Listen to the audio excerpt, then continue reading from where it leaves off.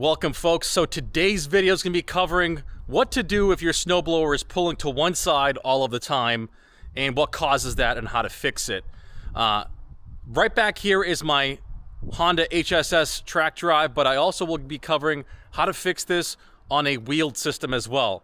So the very first thing you want to do is get on a level, flat surface. Now the best surface is going to be your garage floor that is concrete, because for the most part that is going to be extremely flat compared to your driveway. Do not adjust or make any kind of adjustments based on your driveway. Your driveway is extremely not flat, okay?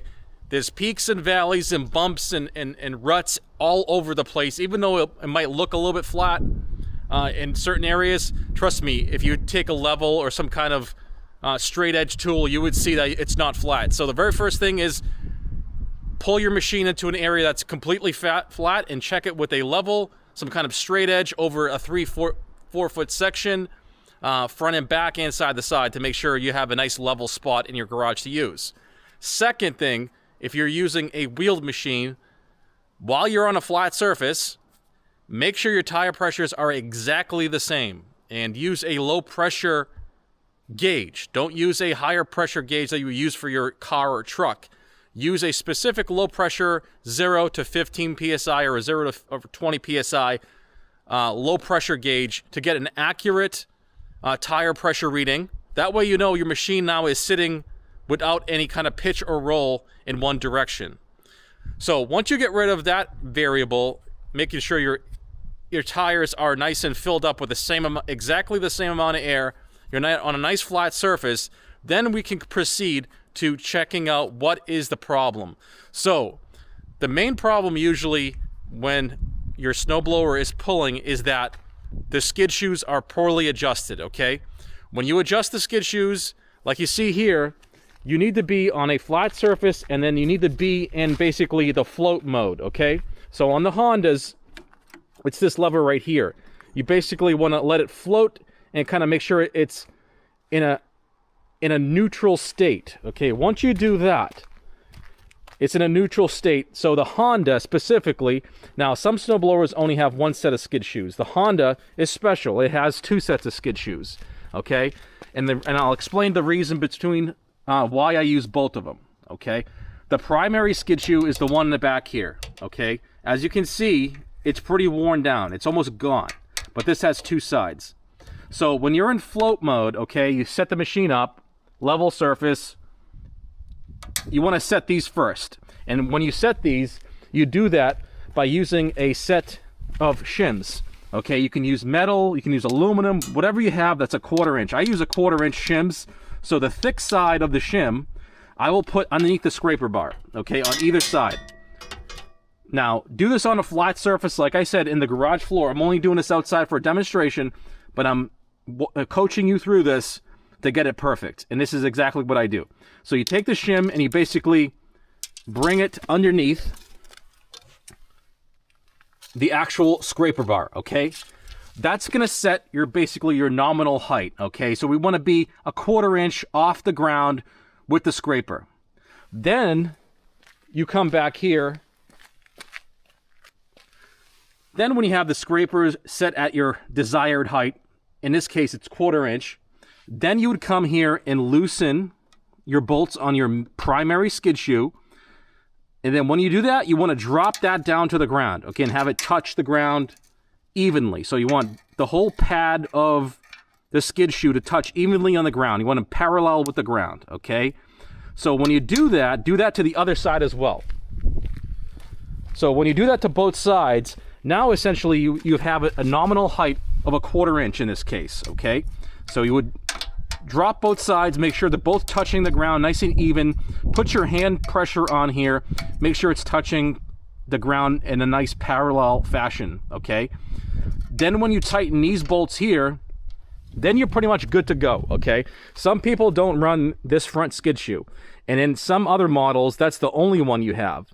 So you would do the exact same thing that I just explained on this primary skid shoe in the rear of the housing for other snowblowers like Toro, Ariens, MTD, all the other brands, okay?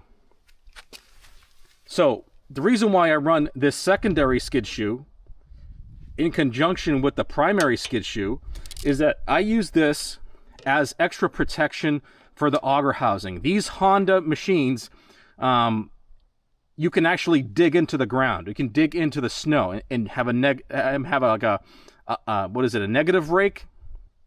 Yeah, positive rake would be pointing up like in transport mode, but negative rake, you can really dig in and dig that scraper bar down. Now, because I use an asphalt driveway, I don't want it to be digging in, okay? I only want it to be digging in if I'm on snowpack area like the lawn, on dirt.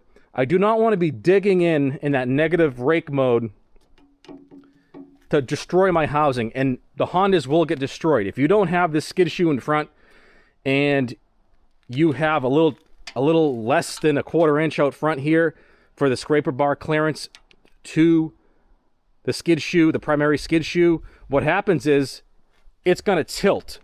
And when it tilts, it's going to drive not only the scraper down, it's going to wear that down faster, then it's also going to wear down into the housing, which happens to Hondas a lot. Okay? That is a common issue with Hondas and other machines, but I've seen it a lot with Hondas because a lot of people don't run this front skid shoe, and they end up chewing up the housing, the frame of the machine, and there's no fixing that, okay? You basically are destroying the machine at that point, and it's grinding away at the auger housing. So that's the reason why I use these commercial grade Honda skid shoes. I've had these for like 10 years, and I've put them on. This used to be on my 1132 HS model, previous generation, and now it's on here. These are the commercial grade ones. They were like super thick. They were 1/2 inch thick when they were brand new. Now they're about 3/8. So that there is basically the rundown of how I do my skid shoe adjustment. I have another video covering this when I do it in the workshop, so I will link that down below the video, so if you want to check that out as well. But I like to have the primary skid shoe doing all the work, and then this secondary one is kind of floating, okay? It's barely touching the ground. And that's what happens when the machine is pulling to one side. That's the culprit of why the machine will pull, and it's because it's uneven, okay? You have one of these skid shoes set deeper than the other.